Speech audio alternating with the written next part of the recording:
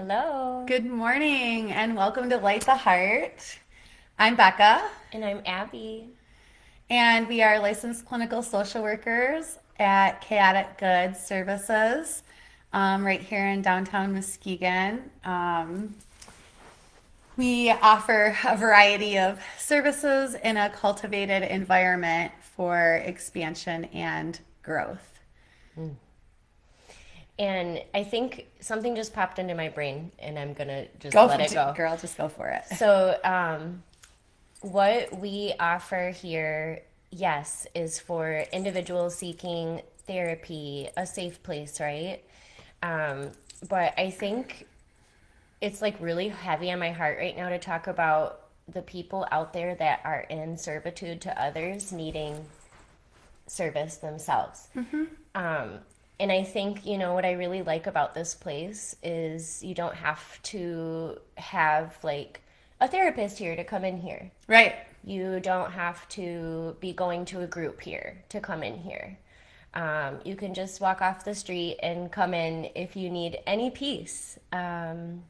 If you just want to come in and read some cool books that, might not be in your local library. If you want to come in and, just play in the sand tray or, sit on the couch with the sunshine on your face and journal. Or just come in and take a nap on the couch. Like We have whatever lots of nappers. piece you need, whatever it is that's weighing heavily on you, you can release and have a moment, a pocket of peace here, Yeah. regardless of if you have a service here or not. Yeah, and that reminds me of what a lot of people have described us as, which is an oasis. Yeah, So you can always come to the oasis if you need some rest and refreshment for the spirit or the mind. that's right. And I'm kind of calling out all of the people out there that are giving, giving, giving, giving, giving, giving, giving. It's time to receive, guys. Yes, It's time to receive. absolutely. You can't, we're not even supposed to be pouring for real. And so I hear a lot like, I always am pouring into other people. Stop doing that, please. So we can't get, we're only supposed to give our overflow. We're always supposed to be full and have like just our cup overflowing, and then we have overflow to give to others, and that way we don't ever empty. And when our cup isn't overflowing, that's when we need to fill ourselves, and we can't give if we don't have anything That's right. overflowing. And Becca and I can call that out because we are heavy givers and we're in a transmutation process right now of kind of, balancing that out and learning how to receive humbly and gracefully to allow others, right, to be the friend. So this is also about learning how to ask for help and learning how to receive it when it's available to you. Because that can be super hard, especially I think for women and for men. I think men are taught like they're supposed to do everything and never need any support. And then women are taught that they're supposed to carry all the emotional and logistical stuff, and they're not supposed to need support. So we're kind of socialized to isolate ourselves, and then everybody feels so disconnected when we're really supposed to be interdependent, which is completely different than codependence, right? Interdependence is where, like, if we do need something, we're like, hey, I could use help with this thing. Does anybody have capacity? And then people that have capacity and maybe have the things that we might need can say, oh, I would love to help you. And then we are filling each other up because Yeah. it feels good to help others, and it feels good if we allow ourselves to receive help. Big time. Like, I'll give you a very small example of something that happened to me yesterday that I actually felt like I moved through really gracefully, where in the past I would have just been like, no, thank you, I'm good. Okay. And I'm really proud of myself for this. So yesterday, and also like if you guys tuned in last week, we were with Cindy, and Cindy is a holistic health practitioner, and she's challenged Becca and I to do a food diary. So not only am I gaining more awareness in terms of like what am I craving, but I'm gaining more awareness in my lifestyle choices in terms of when am I giving myself breaks. Uh-huh. And so I realized every Wednesday I don't have a lunch. And I didn't know that. I was not even conscious of that, that I totally just blow through Oh, God, no, we can't be doing lunch that. and then I'm like really, really lethargic, right? So I noticed that yesterday and I had gone to go run an errand and come back real quick. And on the way back, I'm like, oh my gosh, I'm so hungry, but I have to get back and I'll just snack on whatever because we do have non-perishables Yeah, to we, snack we on always have usually. stuff here. And I come in and Cindy has this like amazing salad. Oh, my God. And I'm just mouth watering looking at it and she's eating it and I'm like, oh my God. She's like, I'm stuffed. Do you want some? Do you want the rest of this? And I know that sounds like such a simple thing, but historically I would be like, no, that's okay. And I was just like, yes, I would love that. Oh my gosh, the universe is so beautiful and so resourceful. Like, yay. We don't have to worry about anything. I didn't even have to worry about having lunch because the universe was just like, hey, here you go. I Here's think, this salad. yes, I think this is a really important topic. Worry and the resources that are available to us that we don't necessarily, if we're not open to them, we don't have awareness that they're there, and so we don't receive them. So, multiple texts and psychology even tells us that worry is really bad for us. And so, Yes. my question to people that worry a lot is usually, what does the worry accomplish for you? Like, does it serve a need? Does it accomplish anything? And the answer is obviously no. It just makes everything worse. And so, like, there's a difference between pressure that leads to action and worry. Worry is just circling in your head, ruminating on it. It doesn't achieve anything, right? And when we worry about things, we can't see what's actually available to us because we're so focused on the thought loop and what ifs. And what I've noticed is, like you said, if we just sit back, right? There are so many opportunities for resources around us. So many opportunities. And all we need to do, if we are in a more open and curious state, you'll hear us say open and curious all the time. So if we're in a more open and curious state, right? And have a more heightened awareness to what's going on in the physical, and maybe perceiving some of that dream body unseen data that we're constantly receiving, Right. we'll notice that we're constantly being offered things Yeah. all the time. There are, as the Bhagavad Gita coincidences. says, yeah, coincidences, which are really synchronicities, right? And the Bhagavad Gita says there are infinite paths, right? So if there are like infinite that. paths, there are infinite opportunities. And if we are just open and curious, we can become more aware of those things. And so previously, what I actually heard you say, Abby, is Yeah. that previously you would be closed off internally. Good. Okay, so you weren't open to possibility, and instead you're like, I've got it. I can do all of this by myself. Okay, and so if somebody offered you something, you'd be like, oh no, because then you would be taking from somebody, right? Exactly. And you can do it all by yourself. But Right. this time, you were like aware that you needed nourishment.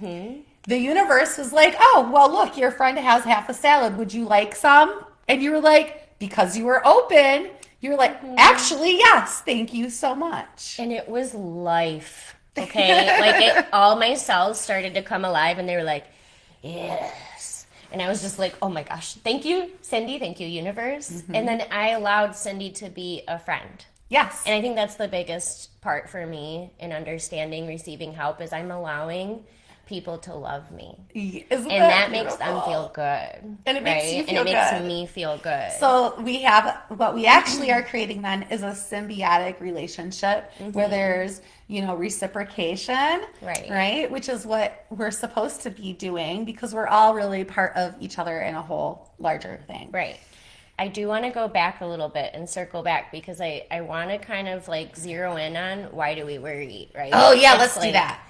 for me, it comes from a place of like, I'm going to protect myself, right? And so I think oftentimes when we get in survival mode, it's because along the way, somewhere along the way in our journey, we've been hurt or we've been surprised by something or we've, experienced great pain. And so our brain, gets into this worry spiral while we consciously think that we're protecting ourselves and we're doing this to like prepare for anything that could possibly come up. But what Becca said is true. When we do worry, we're not actually thinking about all the possibilities that come up, and actually doing anything about them. We're only We're thinking kind of of the bad just stuff. we're kind of just like but there's no action. And so oftentimes, like when Becca and I get somebody in our chair or a friend and or each other, because we all do it, and we notice like, okay, we're spiraling a bit and we're struggling a little bit with some panic or some worry. We focus on what's in our control because action will eliminate worry. Yep. Yes. So So what can we actually do? exactly, what can we actually do about it? And so in terms of worrying, like we could think about any number of things that get us in survival mode. Like let's just use finances because finances They is a usually are a very big thing. universal thing that most of us at one point or another throughout the year worry about.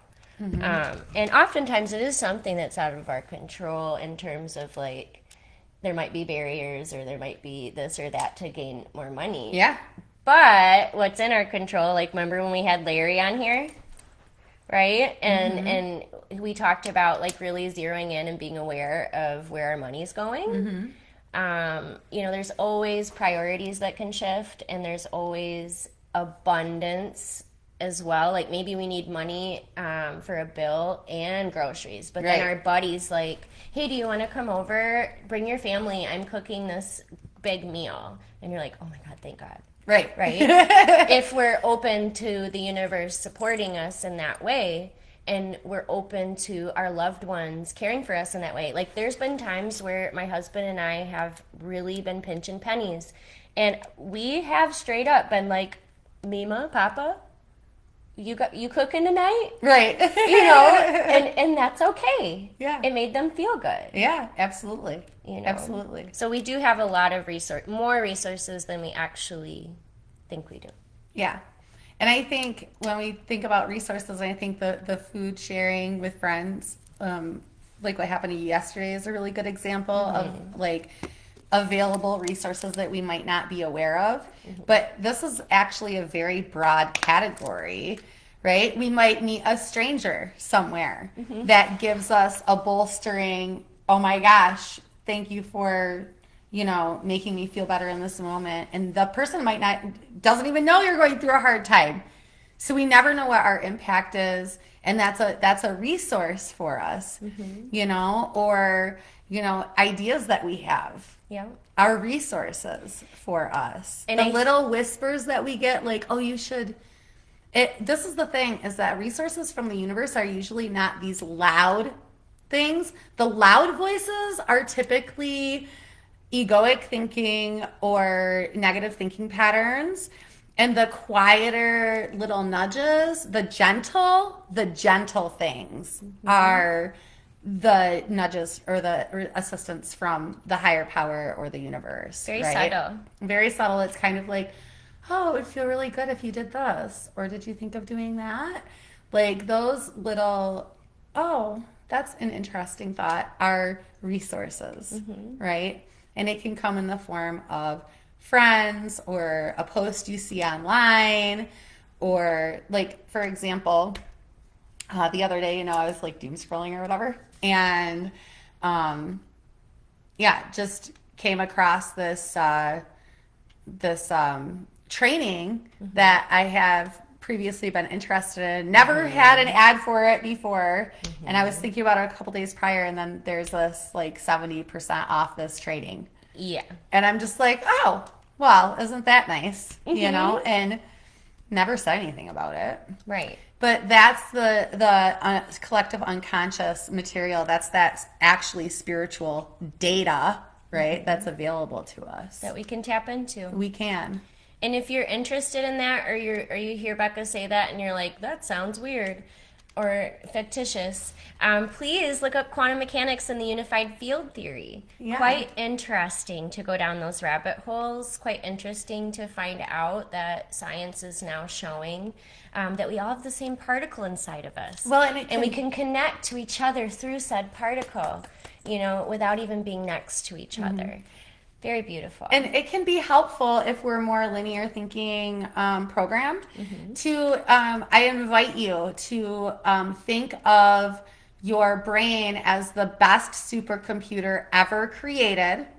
And from the time pre-birth, so that from the time that you've been in the womb, there have been programs installed on your supercomputer. And so we can have bugs, we can have, corrupt files, we can have bad programming installed, okay? And there's also, a bunch of data available and different programs available that we can use to have a better, more smoothly running supercomputer to act out in the physical. And so if you are a more linear thinker, it can be helpful to view it that way, because that's what we did when we created computers. We're trying to mimic what we already have, right? I love that analysis or that comparison to computers, especially for, like you said, analytical thinkers. And, it reminds me too of all of these other things that are surfacing as well. A lot of documents that have been released from CIA files, like Grabovoi codes. Yeah. Right? Yeah. So I don't know if any of you guys Talk have about it. used these, but it's fascinating. I've used one Grabovoi. I can't say the word. I'm going to spell it. Grobovoi codes. And what these are is like kind of like piggybacking off of Becca using our system as like a supercomputer. We speak this code while imagining in our minds the place of our body that we're seeking healing, release, or mending in any form. And we are intent on that. And if you know anything about Dr. Joe Dispenza and becoming supernatural and how he healed his own spinal cord injury, this checks out. And the CIA implements it. Yes. So we have data. We do. But one of the ones I've been using for about 4 years is the pain relief code. It is 55515. And you literally, like, I did it yesterday, I stubbed my toe. Stubbed my toe so hard. And you want to swear, and it hurts for a while, doesn't it? And so I just imagined my toe shrinking in inflammation, and I spoke 3 times, 55515. After every single one, there was a reduction in pain. It literally tells the pain receptors to just quiet down. So if that doesn't say computer code to you, come on. And if you're, questioning it, try it out. Give it a try. Look it up. Give it a try. Find some codes. Do an experiment. Yeah, there's codes not just on pain. There's codes for every organ. There's codes for emotional cleansing. There's codes for sinus issues, allergies. Like, please research it if you're interested. Yeah, I love it. Yeah. So we can definitely tap in better to our supercomputer when we see it as part of this larger system that we're walking around in, right? Exactly. And, this kind of brings up just a topic of a thirst for knowledge. I really do have a thirst for knowledge, and a lot of the people, well, basically all of the people that are surrounding me are similar. There's just this wavelength, right? And, just talking about what we were talking about earlier, we can't be alone. And oftentimes with worry, we do isolate ourselves, right? Yeah. But like, okay, Becca and I spent the weekend with each other. We went to a conference and it was amazing. But like, not only did we learn from the conference, but we learned from each other because we spent quality time with each other. I taught her about Grabovoi codes. She taught me about probably 17 things. Okay.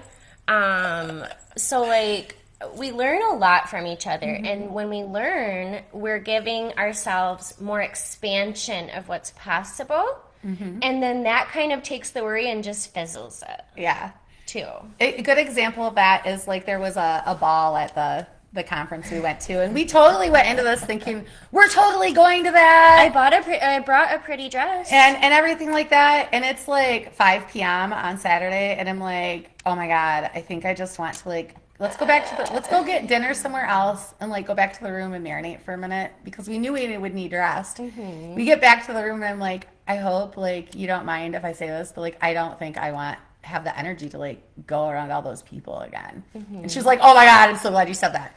So we learned through like being honest and open with each other Yeah. that we actually kind of have the same like social capacity, which is very nice because super nice. And we both are morning people. We like to have Yes. be chatty in the morning and kind of like, oh my gosh, this is how my sleep time was because a lot of both of us do a lot of work in the underworld in our dream body. So yeah, I mean, even little things like that, we're learning, right? And we're feeling less alone. See, okay, so this is a good example. Like before this weekend, even though I've known Becca for a year now, over a year, we didn't know that about each other. Right. That we were such morning people. And in my household, and my son doesn't live at home anymore. He's in college. But when he was at home, even him, my daughter, my son, my husband are not morning people, okay? And so it's a very lonely morning. I am just so jacked and I'm really ready to talk and nobody wants to chat. So I usually dance it out because I have a lot of energy. But now I know I can call my bestie, right? I can, even though we're not together in the morning, I can call her and be like, oh my God. It's fabulous. It's just nice. Yeah. It's nice to not, to know that we're not in these little islands. And as we come out of winter, we're going to be wanting to connect even more. Pop the bubble, you guys. Pop the bubble. I think that's what we're trying to say, guys. Like, just pop your bubble and let's get more social. Let's connect with friends and trusted loved ones and remind ourselves that we're not alone. Yeah. And if you don't have anybody, come here. Because you're not alone. Come like, good. come hang out with us, and we'll give you some lovin's. Yeah. There's almost always somebody just hanging out. Yeah, especially on Wednesdays. Cindy is here pretty much every day, or I'm sorry, every week, all day long. And she's a great person to hang out with. Or if you wanted alone time too. Yeah. This is a great You can place come to in, be. you can pull some cards for yourself, you can read Yeah. a book, you can make some art, you can buy local goods, Take a nap in these you can beanbag take a chairs. nap, chat it up. Yeah. There's all kinds of stuff. And thank you, Irene. I saw your comment. You said beautiful place. You're a beautiful soul, Irene. You are welcome anytime. We love having you here. Yeah. Oh, see, we're twinsies. No, you go ahead. It's okay. I was just going to say, yeah, it's very interesting. I really like how our conversations just kind of organically develop. It's like my favorite thing ever, because I think a lot of people struggle, with winter and Yeah. I think it's hard, especially as an adult, to make friends because of all the hurt that each of us has experienced through our Yes. lifetime. And we have all these layers of like, how do we know if this is good or not? And all of these different thoughts and things that come up when we want the human connection, but there is a certain level of fear around it. And it is an unknown, right? It's a variable, right? And there's all these variables in it, and it can be scary. Extremely, extremely. Like a lot of us do struggle with attachment stuff. meaning like we might really need somebody always all the time, or Mm-hmm. we don't want anybody around us all the time, Yeah. or sometimes we flip flop. I do have attachment difficulties and I flip flop, and I'm slowly and healthily healing my attachment style to a stable one. But many people have this difficulty, and not only that, but when there's, trauma or, moments where we've been abandoned or rejected, Mm-hmm. that gets into our self identity. And so, if any of you have watched the really cute Inside Out movie, I Inside love Out 1 it. and I 2, love it. especially 2 does such a really beautiful job of showing what experiences do and memories do when they're very impactful and create powerful emotion. It goes down, remember the tree? And it goes down and it goes in the water. And when those memories all connect together, they create the identity of self that comes out. And it's this, that's how she views herself. That's Mm-hmm. how she moves through her world. It's the story we tell ourselves. Mm-hmm. And so it's really interesting to look at the story you're telling yourself Yeah. first, Oh, I yeah. think. That's really where we need to start because, in our society, we're so externally focused. Yep, Very externally focused. We go different places to get different things, we do. right? And that's kind of how we're socialized. Yeah. And it's less common to look within. And so Mm-hmm. I think our first step is really like to ask ourselves, like, what, like figuring out what our needs are and Yeah. how many of them we can meet and how many of them we need other people to help us meet is a Mm-hmm. really good place to start, Yep. and how do we see ourselves? Because if we see ourselves very negatively, then we're going to think by default other people think that about us as well.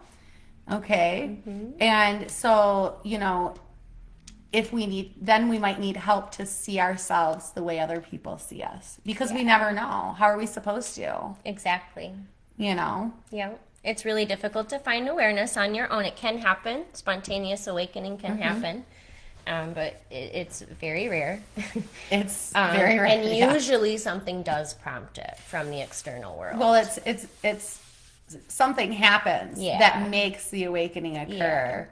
So really, we need other people. Mm-hmm. There's not just one person on this planet for a reason. Right. Yeah. We're never just doing everything by ourselves. Sometimes we No. feel like that because that's like how we've interpreted, right, our experience, Yeah. right? So we took all the available data, so to speak, and said, oh, yeah, I'm doing this all by myself. And I have all these examples. And But that's if a we look at it story. again, it is a story. Yeah. If we go back and look at it again with a more open and curious perspective, a lot of times we can see other factors that we didn't notice before, Correct. right? Correct. I think oftentimes, when we tell ourselves these stories, we end up self sabotaging and kind of running in these patterned experiences, like our head against the wall kind of vibe. And we end up saying, oh, well, the world's happening to me. That's just how it goes for me. Yeah. Well, And now you're just gonna perpetuate that cycle then. all of us humans do this, guys. Like I do it, Becca does it. I'm sure, a lot of people run through this at different parts of their journey. It's just, once you are able to zoom out and see, oh, wow, that is a story. It's Yeah. just a story, right? And maybe even looking at how other people do it, Yeah. right? For Yep. example. Because then we can pick the stuff that resonates with us. There's not just one way to do things. No, not at all. What did Cindy say? So Cindy says one of my questions is how badly I want to see how others see me. Well, yeah, I mean we want to know, Yeah. right? And that's a super common desire is like, how am I seen? Well, everybody is going to see you differently based on their own filters and their experiences with you, right? And so if you really want to know how other people see you, listen to what they say when you're interacting with them. If people that you interact with are saying, oh, you're so good at this, and I love the way that you do this and that. Accept that. Maybe you're not being open to hear what people are already saying, and they're probably already telling or demonstrating an action that shows you what they think or how they feel about you, right? And if you have a what you consider to be a good baseline relationship, you could say, I've been doing some work on myself, and I'm just curious how you perceive me. How do I come across? And then just be open to listen and go from there. And I think, too, just zooming out a little bit further, Cindy, and saying to yourself, because of what Becca said, right? Everybody is going to have a different perspective of you. You are going to have a different perspective of others than others have of that person, right? And because of that fact, who cares how people perceive you, my love? Isn't it more important how you see yourself and knowing yourself, knowing who Right? you are, and knowing that we're always in a state of flux, actually? Shine it, girl. And you're not the only one. I've been through that. Every human Oh, I go through it all the has time. a desire to want to be seen in a good light, because especially when we're on a healing journey and we're really trying to heal ourselves, we do want that. But I think what I'm trying to say is, like, the we're not going to be liked by everybody, because there's just, there's so much uniqueness everywhere. Right. And when you're around people that feel like a kindred spirit and they like what they see, accept it. And if you're around somebody that is different from you and they don't like what they see, that doesn't matter. Accept that too. It's We're okay. different. We're all different. It's And not bad. there might be some things that we come across that we might go, oh, well, I don't think I would do it that way, but that might work for them. And that's okay. So this is what we mean when we say, everything is neutral and we assign value to it. So when I say that, this is one of the areas I'm talking about, right? Is like when we do come across somebody who maybe is like doesn't really align with us. A lot of times we want to assign value to that and be like, oh, well, they're bad or they're this or they're that. Right. But that's not even true. They're just them doing their thing. And so, like, it's just a misalignment. And it's not bad or good. It's just the way it is. And it can change. So it's fine. And I think we're just so quick to want to assign value to things. And so having a more neutral, like you said, zoomed out, more observer perspective, just take things as they are. If we can practice taking things as they are and seeing things as non-dualistic, right? Like we have a really dualist viewpoint. We're very black and white, good, bad, light, dark, all these different qualifications. But the world is not black and white. It's not a dualistic place. And we aren't a dualistic being either. We have many facets. Multidimensional. We're very multidimensional, and so is the world. And so if we can approach things with a more open and curious perspective and see that things are neutral, right? And go from there, start at neutral. Now you can have multiple experiences with somebody that show you that maybe there's a really bad alignment, okay? And then maybe you just shouldn't interact with them. Right. And we can say, well, that person isn't for me. And people can do bad things, okay? That also doesn't mean they can't change either. Right. Okay, and so like if we have a more neutral viewpoint, we can more easily see ourselves more clearly. Yeah. And we can see others more clearly, and we can have like a better experience overall instead of assigning all of these qualifications to every little thing. Yeah. And it's just the way we're programmed, guys. It's just the unprogramming of it all. Hi, Kristen. Hi, Kristen. Cindy says, okay. Today I can resonate with that. I grew up with people telling each other what they want to hear, then they talk behind your back. Oh, yeah. So that's those experiences, like I was saying, that you're collecting data that says these people are not in alignment with me because I don't do that, and it doesn't feel good, and I don't really want that experience in my life. So we just spend less time with those people, and also be aware that not everybody is going to do that. And just kind of go from there. Oh yeah, we always have more brainwashing to purge, All of Cindy. us. Always. All of Like us. I said, like I was saying earlier about like the programming and that starts really in utero. If you look at Stephen Kessler's work, okay, um, there's all kinds of programs that have been installed, and so I mean, how many years did we get all of these? How long have we been installing or operating these systems or programs in our behavior, in our personal experience, in our interactions? Um, there's always going to be more layers and Oh, stuff big time. to work on. Big time. Oh, we love you too. Thank you, Cindy. Oh, we love you very much, Cindy. You show us stuff about ourselves too. Yes. A lot of times our patients are like, thank you so much, blah, blah, blah, blah, blah. And we're like, thank you so much because, it really is a reciprocal relationship that we have here. There's a lot of, because of the wavelength, right? There's a lot of tap in with our patients. Our patients are very intuitive and very strong with collecting that and receiving that and pushing that out. And we get healing all the time from the words of our patients. All the time. And that's really what the relationship is all about, in my opinion.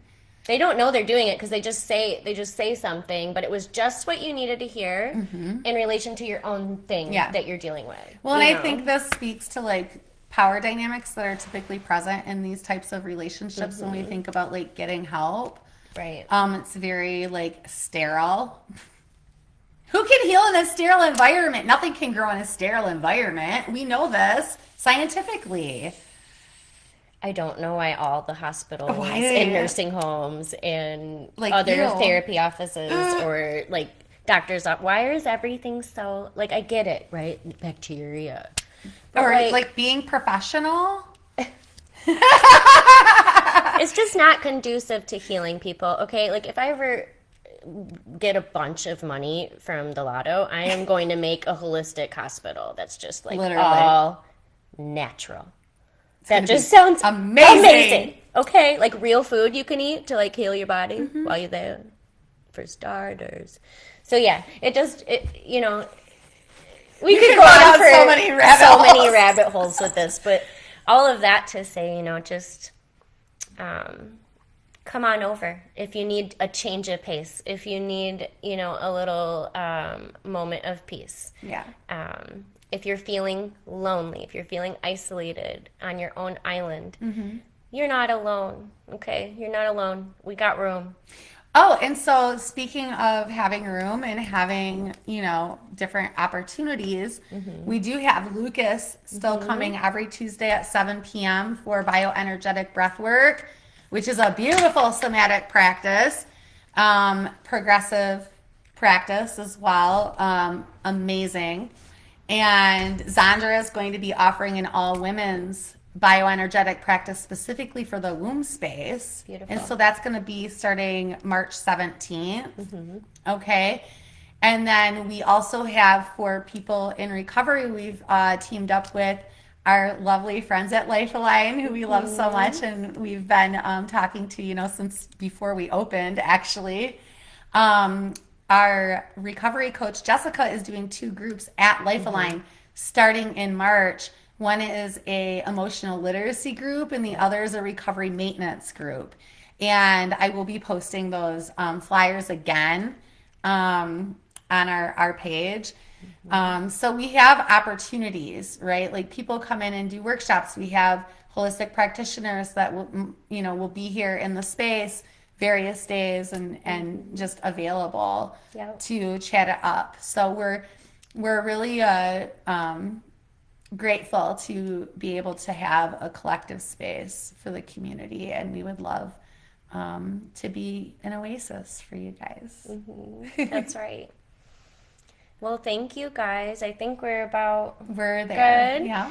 Next week we're going to have Jessica, our co-clinician, on with us. We're very excited to have her and to introduce her to you all. She's fabulous. She's awesome. Absolutely fabulous. So look forward to that next week. And please, make a point this week to go out and connect. connect. All right. Love ya.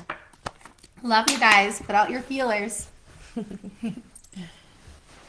know, your video is like 2 minutes